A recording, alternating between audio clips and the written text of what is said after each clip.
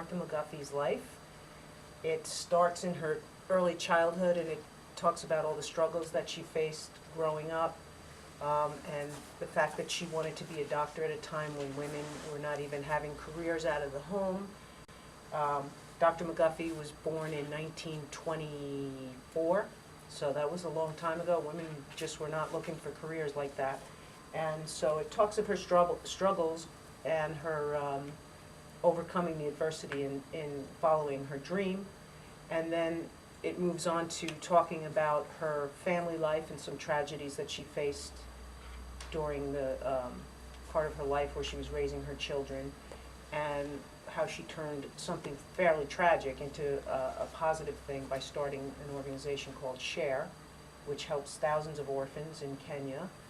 And from there, it kind of also touches base with me and my emotions and the reactions I was having, getting to spend time working with this woman, and it kind of talks about some of the lessons that I learned in the process of writing this book.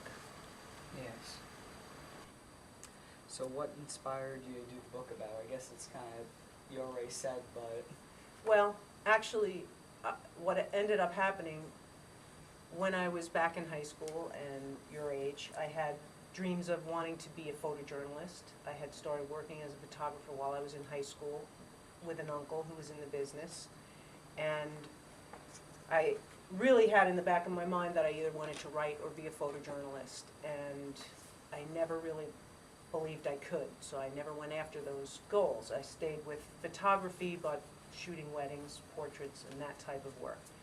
And about 5 years ago, I had a bike accident, and I literally fell on my face. I broke my jaw in 3 places, dislocated it, knocked out a bunch of teeth, and had to spend about a year recovering from that.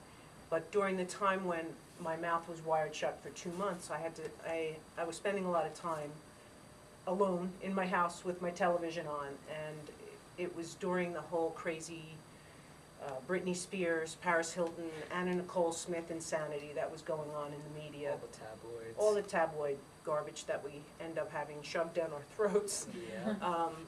I made a decision at that point that, you know what, you didn't do what you wanted to do, you still have time left to do it, and why don't you take on this subject matter and start focusing on women that have actually accomplished something with their lives, the women that are worthy. I raised the opportunity to donate through her organization S.H.A.R.E, which you can do in each kid can do in their own school. If you form a group that can do some fundraising, $500 will sponsor an orphan for a whole year, and that includes food, clothing, schooling, housing.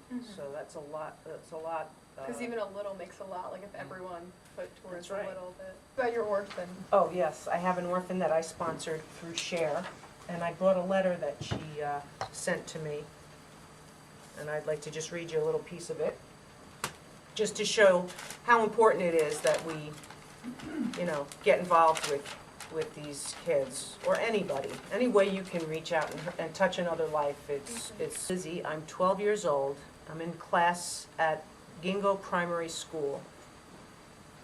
There are 64 in my class. My school is on a hill, and my home is near the lake, I'm sorry. We eat fish, and I stay with my grandmother. My parents died. I'm very happy that you sponsored me. You are now my future. All my hopes are on you.